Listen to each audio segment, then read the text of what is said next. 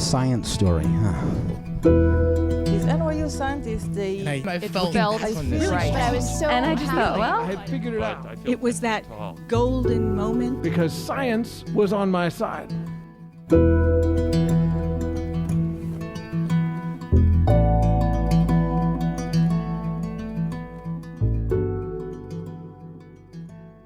Hey everybody, welcome to the Story Collider, where we bring you true personal stories about science. We are your hosts, Erin Barker and Liz Neely. And this week we're presenting stories about being cursed. Ooh, spooky. No, I hate the spooky stuff, Erin. You know I can't handle it.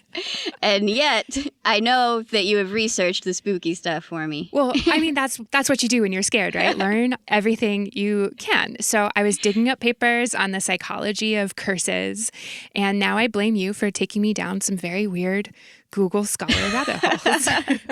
Oh, dear.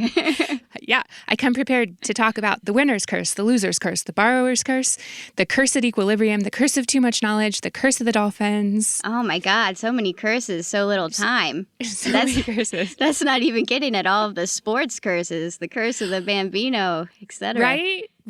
4 out of every 5 professional athletes in one survey admitted to at least one superstitious behavior that they performed before a contest.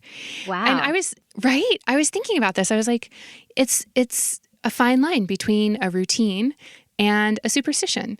And we know that the things that we do that affect our thoughts and emotions and attitude impact our performance. It's a lot like it's like a placebo effect, right? I used to think that was all just entirely in your head. But I found a paper, brace yourself, this one is actually scary. Oh, dear. Where they had what they called a noxious stimuli, which meant creating a painful electrical stimulus, a shock to your tooth pulp, like to your front incisor, yeah. And what they did was then they gave you laughing gas, right? Which normally may make you feel more relaxed. You're at a dentist, calms you down, makes the pain go away a little bit. But they primed people to believe that the nitrous oxide actually made them more sensitive to their body. And in fact, it made them feel more pain. Whoa. Yeah, so it's really easy to laugh at people and be like, oh, ha, ha, ha, it's all in your head. But, there's actually some really valid biochemical stuff going on there. Like, I don't believe in curses, but everybody worries about something. And the expectation of pain makes the pain worse. So the idea that we can just exempt ourselves from like biology and social pressures and beliefs, I'd say that's more magical thinking than believing in curses. Yeah, totally. It's amazing the power that your beliefs can really have. And it is. It's easy to think of curses such as the curse of the Bambino and all the many curses that you've uncovered as being silly or the people who believe in them as being silly. But at the same time, I have a certain soap that I always use on show days. I have certain shirts that I like to wear. I feel like everybody has that process or that routine that is comforting or pumps them up. Yeah. Well, I think we have a good story to ease us into this theme. Excellent. Our first story today is from Erik Vance. It was recorded in February 2019 at Beer Baron in Washington, D.C. The theme that night, appropriately, was curses.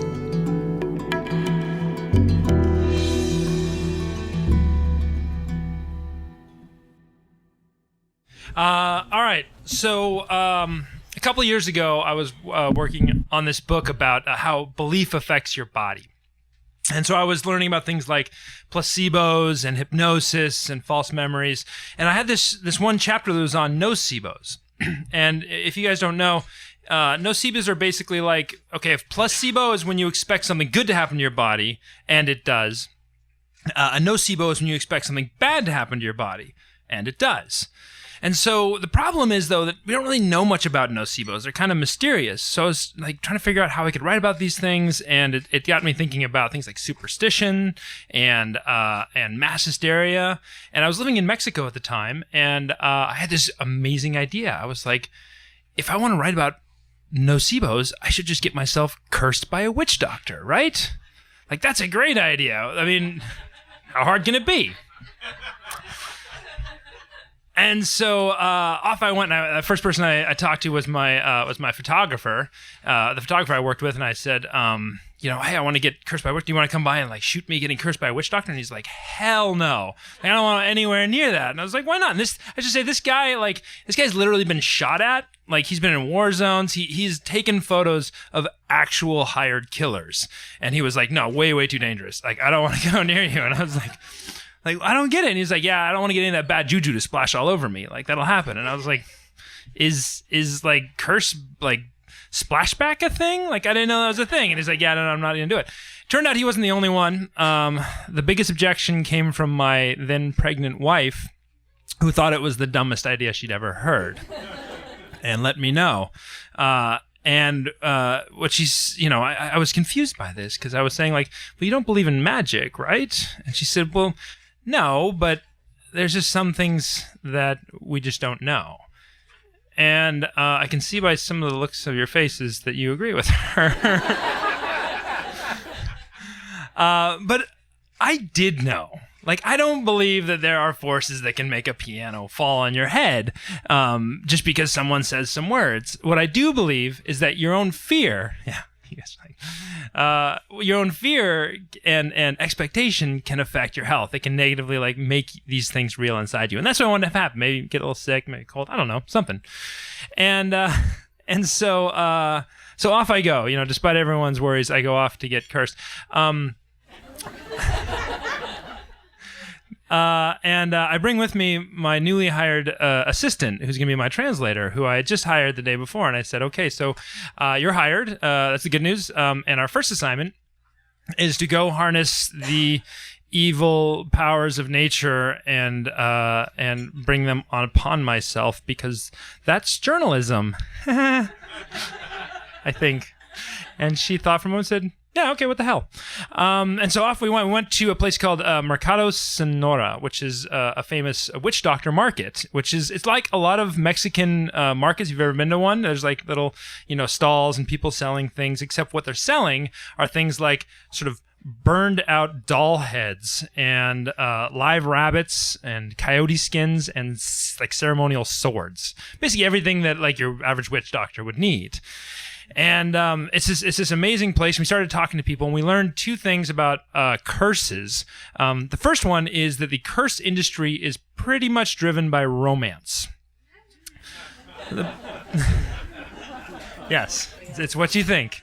The people who ask for curses, A, put them on people who are dating the people they want to be with, or B, they put them on the people that they were recently with.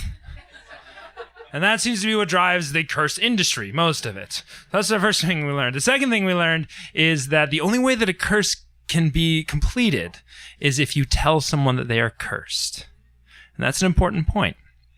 So we started talking to various, people, and we figured out that there were two sort of dark lords of the market. Now you'd think that like the curse scene would be kind of like underground, and like maybe there'd be like back rooms or some guy with like a jacket or something like that going like, no. Actually, like there's nothing illegal about putting a curse on people. Like it's totally fine. So people just be out front like, yeah, I'll curse your cousin. What do you need? Like it's very really good at it. You want me to kill someone? I can do it with like a hex, no problem. And which is really surprising. So we talked. There's two people. We go to the two like dark lords. First guy is this like really happy sort of hippie guy. He was really sort of the like the new age, like laid back version of a dark lord. He had like a Hawaiian shirt sort of buttoned down to here, and like kind of a necklace of skulls that were really more cute than anything else, and a big pot belly. So and he was like, yeah, are you gonna pay me? And I was like, yeah. He says, yeah, I'll curse you, whatever. So just to, because I like to, comparison shop. I went to the other one, and she was literally one of the most frightening people I've ever seen. Like, first of all, she was dressed completely all in purple, which apparently like wards off evil spirits. And she tended to talk in sort of these long diatribes of like sentences where she didn't really take a breath. She would just sort of sound would come out. And my sort of new translator would, the first 5 minutes, I asked her a question. The first 5 minutes is just her speaking, and my translator like listening, and focusing. And then I finally said, what'd she say? And she said, Okay. In order to make a Ouija board properly, you have to peel the face off of a convict and spread it over the board. And that's about all she said. I was like, oh, this is great. Like, she is in some very dark places. Like, this woman was in a very dark space. This is exactly what I want. So we started learning all these interesting things from her. For instance, if you do want to kill someone with a hex, you have to get 12 other witches and put them in a circle and have them pick off their shoes and put them in the dirt in the forest. Or you can use their photos if you want, if you don't have them. And then, like, you can, like, channel the powers of ancient evil and focus them on whoever you want. But you need to make sure you're wearing one of those, like, Mexican wrestling masks while you're doing it. Because as she said, it's just safer. Protection. I didn't ask any more details than that. And so by the time I get to the end of this conversation, I've got, like, these two choices, right? Like, I've got the happy, hippie, sort of... laid back warlock and the crazy, scary assassin witch. And I realized in that moment that there's a limit to my sense of myself as sort of as a scientific person, like a man of science. And I went with the happy hippie because it wasn't scary. And so we started the curse. The first couple of days, nothing really happened. I remember I had like a coughing fit that like turned into like a sneeze, and then immediately I was like, the curse. And my electric toothbrush stopped working, and I was like, the curse, right? But then, like, nothing else happened. And it ended up being, I started getting a little bored, so I started trying to push it a little bit, Like, one night, like, I got really drunk, walked home alone, just to see what would happen. I started riding my bike around and, like, cutting people off, just to see what would happen. And then, like, nothing was happening, and I was kind of let down. So I go back to have the curse, lifted, and the guy's not there anymore. Or he's there, but he's gone for the weekend. So I was, like, cursed for another weekend. So I was like, all right. Let's see if I can push this a little bit more. So on Saturday, I go rock climbing and actually traditional lead climbing. So it's like a little bit dangerous version of rock climbing. And I noticed that my partner would like stand back when I started climbing so that he didn't get the splash back on him when I like plummeted to the ground. And he was like, no, it should be fine. But again, nothing happened. And so I was kind of disappointed until late that night, my wife started having stomach pains, and they got more and more until early the next morning. They got so bad the doctor said, you need to go to the emergency room now. So we got in a car and we started driving to the hospital. And of course, my wife is worried about the baby and what's going on. And my only thought is, it's the curse. And we get to the hospital, and they immediately like take us in the back room, like it's we skip the line and everything, and they don't find a heartbeat. And I've come to understand that the power of a curse is in the agency. It's in our desire to have control over the chaotic world that we live in, to say that whether it's good or bad, that our actions dictate the things that happen to us. And standing, sort of facing the potential of a lost child, you say, my God, what have I done? What have I done? That is the power of a curse. Finally, they find the heartbeat, and it turns out the whole thing was some bad tacos from the day before. And so we go upstairs and just to do a sonogram, just to be sure. And that was the day that I actually learned that my child would be a boy. And it was also, that Sunday was my very first Father's Day. It was Father's Day that day. And I'm sitting there and I'm sort of laughing with the hospital techs and we're making penis jokes. And I remember just thinking, am I cursed today or was I blessed? And the only difference between those two things is the way that you see it. is the agency that you bring to it. And I walked away from that, and having learned my lesson, I went back in 2 days and definitely got that curse lifted.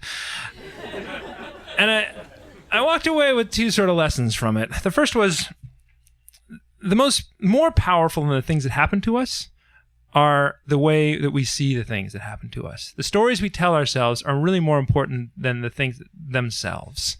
And that, in fact, we are not a collection of our experiences. We are a collection of the way we see our experiences.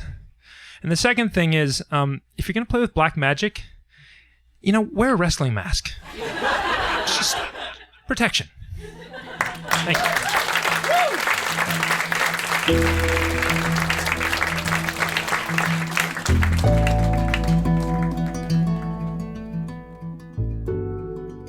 That was Erik Vance. Erik Vance is an award-winning science journalist based in Baltimore. Before becoming a writer, he was, at turns, a biologist, a rock climbing guide, an environmental consultant, and an environmental educator. He graduated in 2006 from the UC Santa Cruz science writing program and became a freelancer thereafter. His work focuses on the human elements of science, the people who do it, the people who benefit from it, and those who do not. He's written for the New York Times, Nature, Scientific American, Harper's, National Geographic, and many other local and national outlets. His first book, Suggestible You, is about how the mind and body continually twist and shape our realities. I know Erik is a friend of yours, right? He is, and as it turns out, I got to help Erik a little bit with that book while he was doing the research. He had visited me in Seattle. Well, he was visiting Seattle to go to the Harborview Regional Trauma Center, and I got to see how seriously he took the process of writing this book. Authors always go through some degree of pain and suffering, but let me tell you, when you see your friends strapped to a chair with a small needle underneath the skin of their fingertip, electrocuting them, while they have a little thing strapped to their foot, burning their foot, you start to appreciate their dedication. Oh my God. Yeah, I don't think I could make that level of sacrifice. What did he learn from this experience? I hope he took something away. It was valuable. Yeah, so this was all about how pain requires attention. So if you can distract someone, they potentially feel less pain. So he was playing a video game, I believe, throwing snowballs at penguins or something like that while getting shocked and burned. Whoa. So did it work, or do I have to read the book to find out? I would definitely recommend the book. And also in the book, you will find out whether or not I am easily hypnotized. Oh, all right. I'm definitely going to start that. What's the best way to learn a new language? Immersion. But sometimes that's not in the cards. But you can still learn a language the second best way, and that's with Babbel. Now, I might only be 1 week into learning German with Babbel, but I'm so excited to start being able to speak German with my mom. With Babbel, you can learn everything you need to have real-world conversations, and all it takes is just 10 minutes a day. One study found that using Babbel for 15 hours is equivalent to a full semester at college, which is bonkers. But Babbel is conversation-based learning with science-backed cognitive tools like spaced repetition and interactive lessons created by real language teachers and voiced by real native speakers. So here's a special limited-time deal for our listeners. Right now, get up to 60% off your Babbel subscription, but only for our listeners at babbel.com/story. Get up to 60% off at babbel.com/story. Spelled BABBEL.com/story. Rules and restrictions may apply. So our next story today is from Jess Phoenix. It was recorded in February 2019 at the Lyric Hyperion in Los Angeles. The theme that night was On Trial.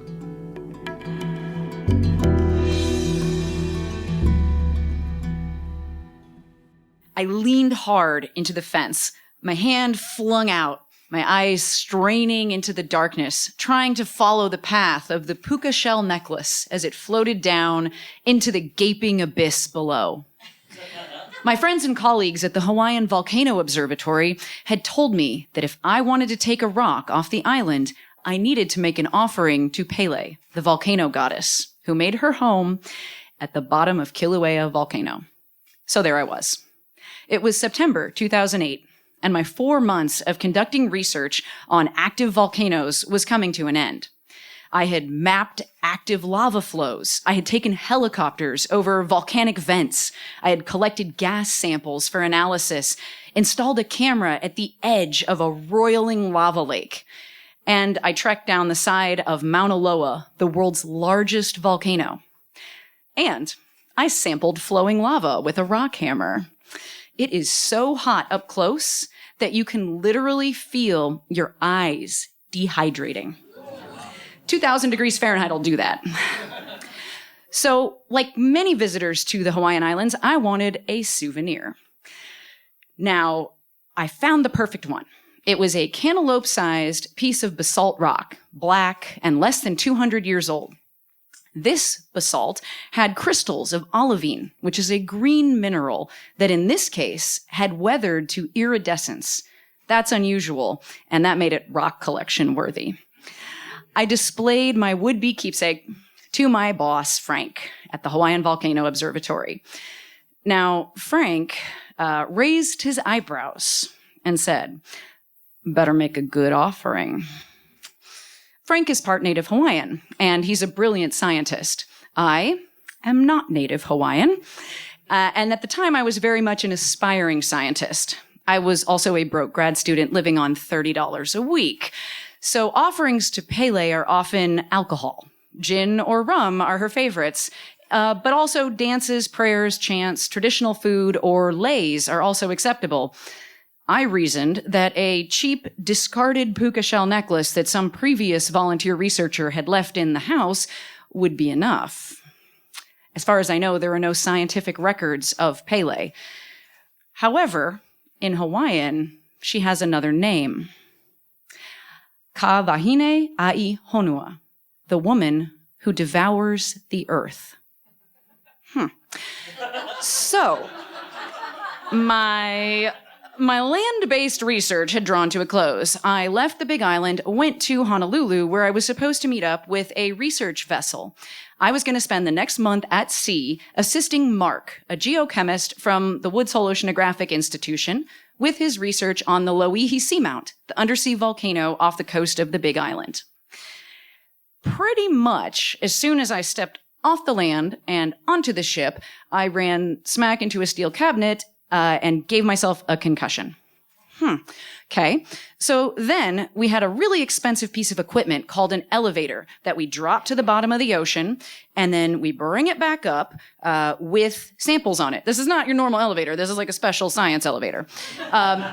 It literally exploded. All right? Like, that's bad.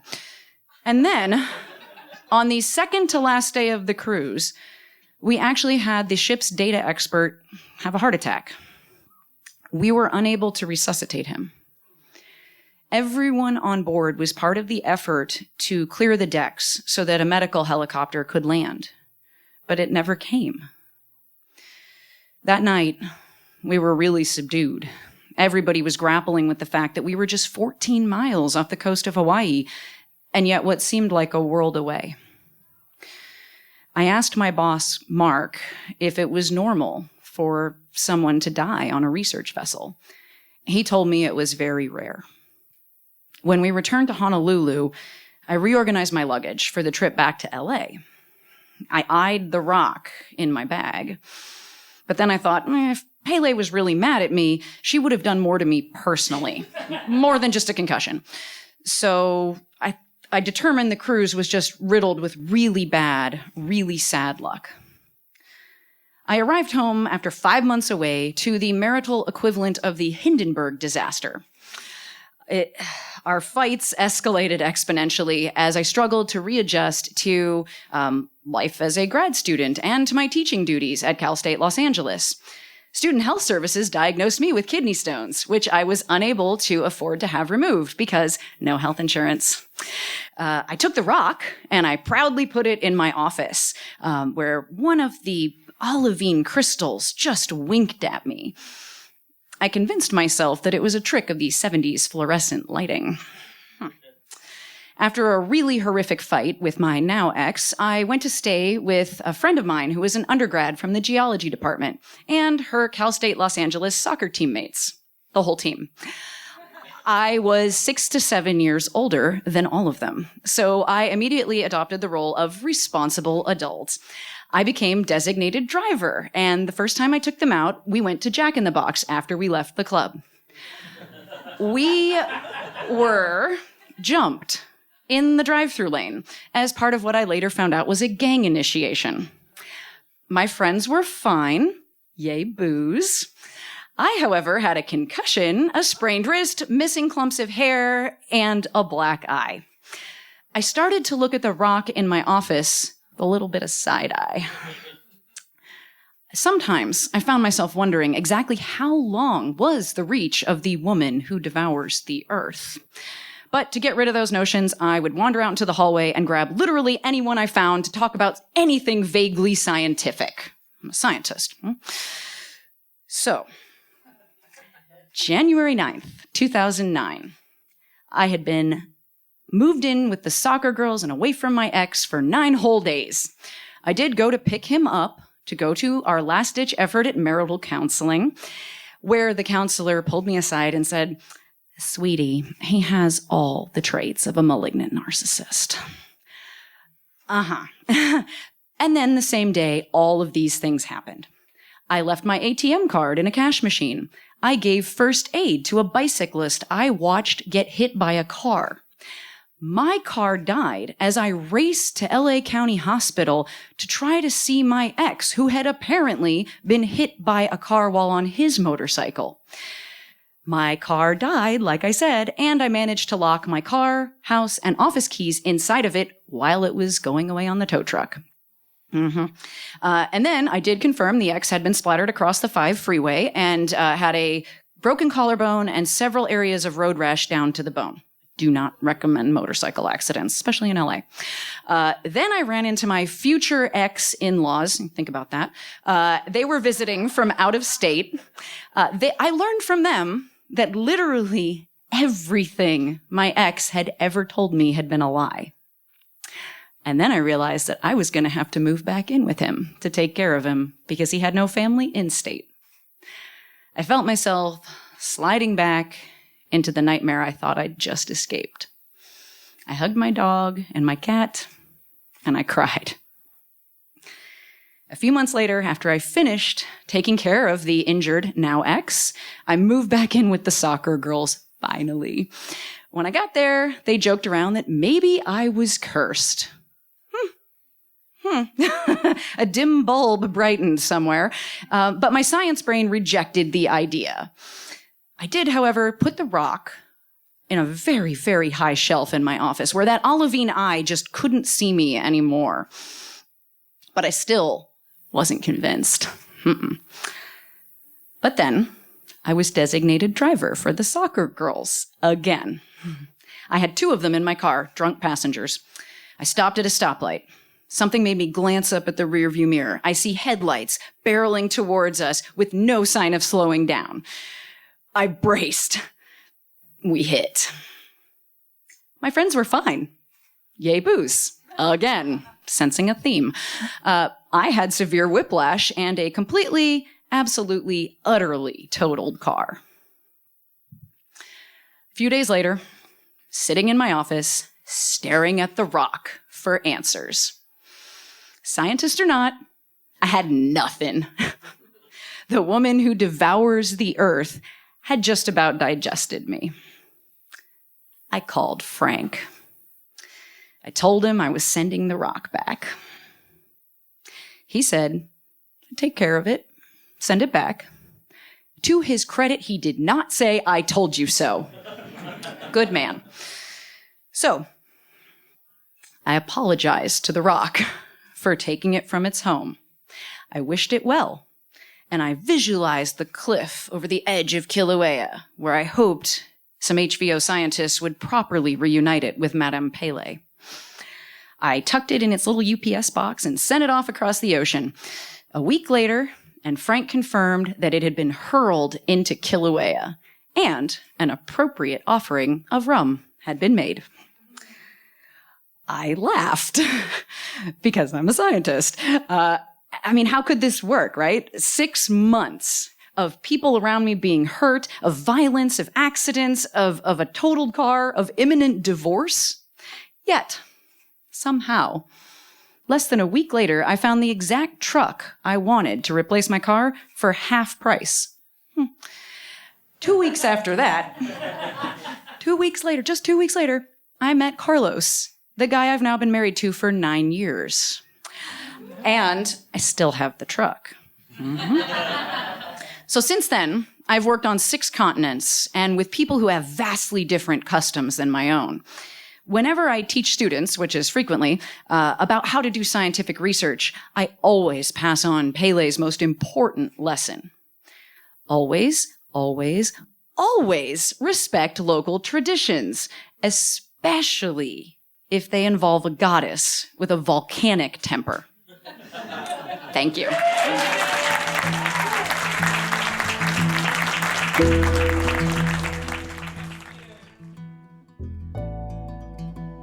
That was Jess Phoenix. Jess is executive director and co-founder of environmental scientific research organization Blueprint Earth. She is a volcanologist, an extreme explorer, and a former candidate for United States Congress. She has been chased by narco-traffickers in Mexico, dodged armed thieves in remote Peru, raced horses across Mongolia, and so much more. She's a fellow in the Explorers Club and the Royal Geographical Society, a featured scientist on the Discovery and Science channels, an invited TEDx speaker, and she has also appeared in the New York Times, the Washington Post, Wired, and many other publications. She's the host of the podcast Catastrophe, and she has a book coming out in spring 2020 with Timber Press called Misadventure: My Life as a Geologist, Explorer, and Professional Risk Taker. Sounds like she's got a lot of material for this book. Right? Like my companion volume would be like, Miss Safety First. Don't touch that. Put that back. The Aaron Barker story. The life of a professional TV watcher.